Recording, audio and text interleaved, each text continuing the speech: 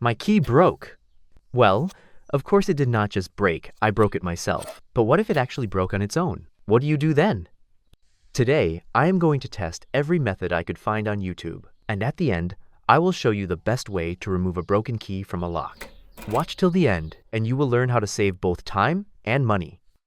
The first and most important thing you need to do is turn the broken piece with something sharp until it reaches the position where the key normally slides in and out.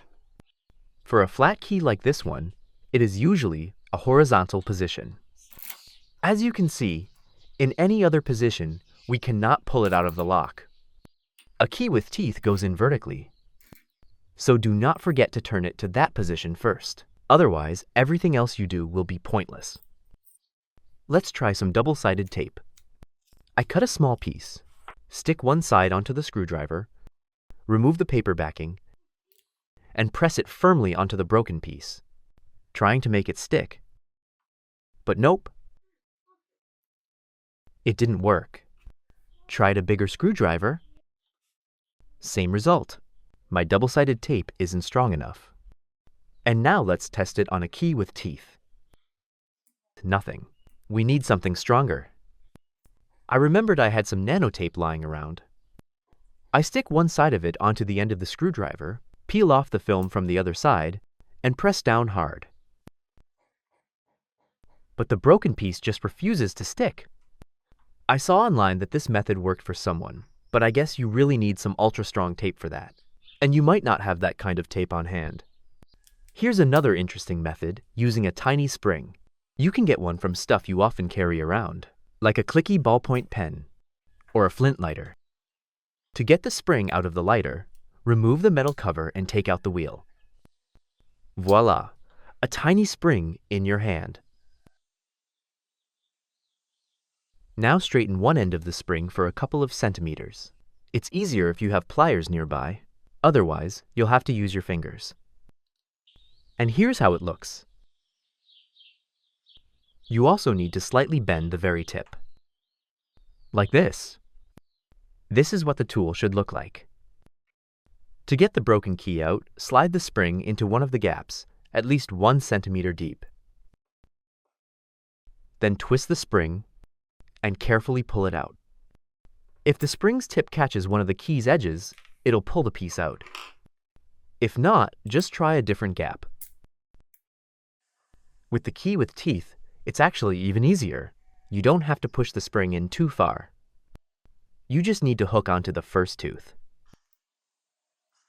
It's unlikely you'll catch any other part of the key. Make sure to bend the spring's tip into a little hook. Let me show you using the spring from a lighter. I slide it in, turn the spring, and grab onto the nearest tooth of the key.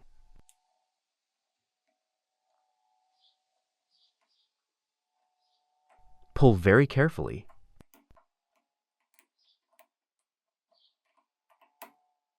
The tip has slightly come out. Now let's pull it out a bit more. And we can already take it out with our fingers. Tried it with a pen spring too. Also no problem. Definitely keep this one in mind. If you have access to a garage, or there's a hardware store nearby, you might find a fret saw. We'll need the fret saw blade. They're usually very thin and narrow, and can fit nicely into the gaps around the broken key. And most importantly, they have lots of tiny teeth that help catch the key piece. We need to turn the blade so that the teeth are pointing toward us. Then insert the blade into the widest gap, the deeper the better. Turn toward the key and gently pull. That worked pretty easily. Just takes a bit of practice. This method also works with the key with teeth. Just make sure the lock cylinder is turned to the right position. By the way, with the key with teeth, you don't even need to insert the blade too far. It's enough to reach the first couple of teeth on the key. They're easy to hook onto.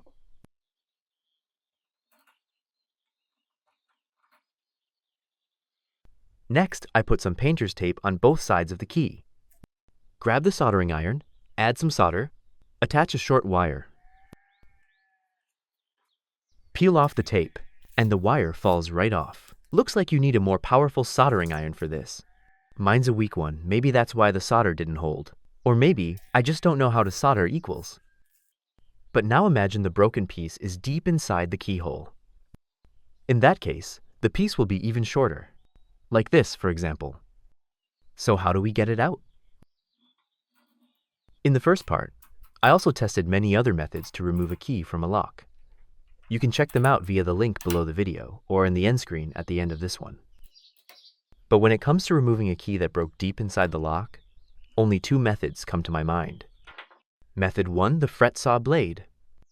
Let's try to hook onto it. I hold the lock with my left hand so it doesn't turn. Pull it out, no problem. Again. Also easy. Method 2, the spring. But with the spring, that takes more time. It's harder to catch the piece.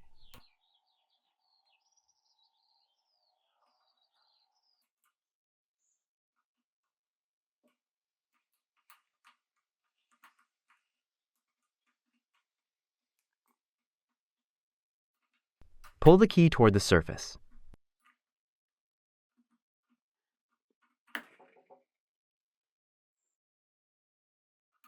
A bit more, and we've got it.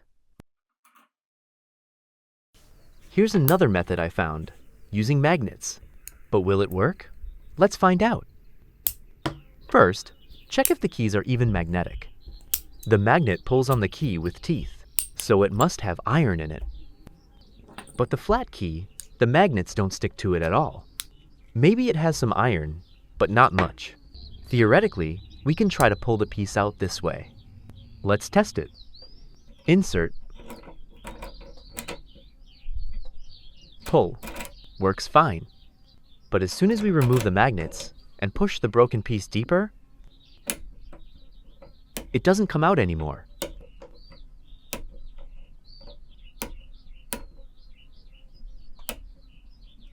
What if only the very tip of the key broke off? Insert that into the keyhole, stick a magnet to it, and yep, that works. But if we push it deeper? Nope, doesn't work anymore. Maybe if you had really strong magnets, it would work for you. And as you can see, pulling out the flat key with magnets doesn't work at all. The next method, using a screw. You need to screw it into one of the gaps and try to pull it out. But honestly, I didn't quite get how this is supposed to work. Maybe I did something wrong. What if we drill into the edge of the broken piece with a thin drill bit? Now we can hook the screw in and try to pull the key out.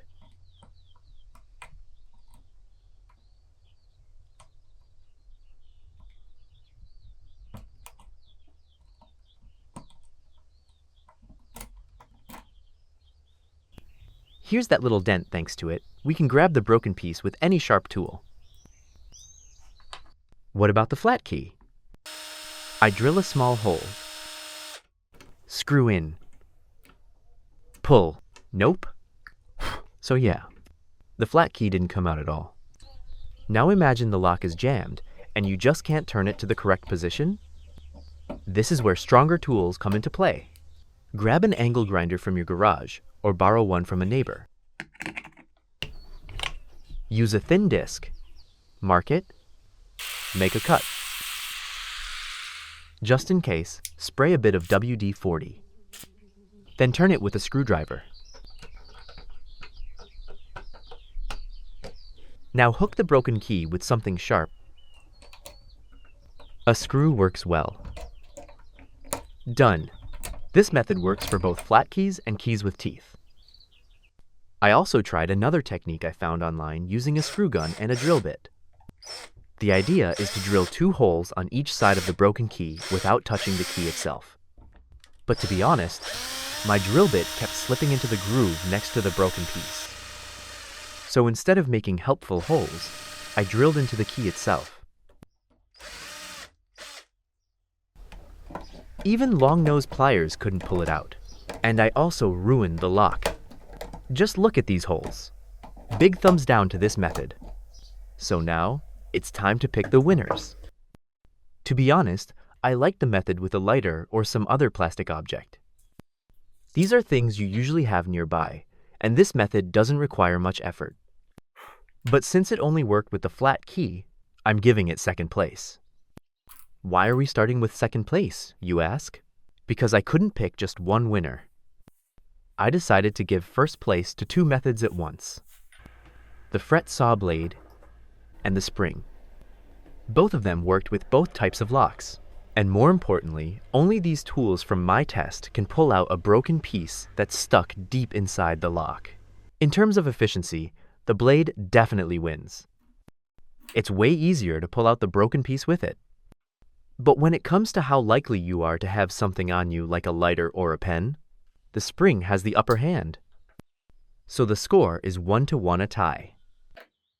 Now you can go to part 1 of the broken key removal tests. Just click the icon on the left. But if you want to see how easily your cheap lock can be picked, click the icon on the right.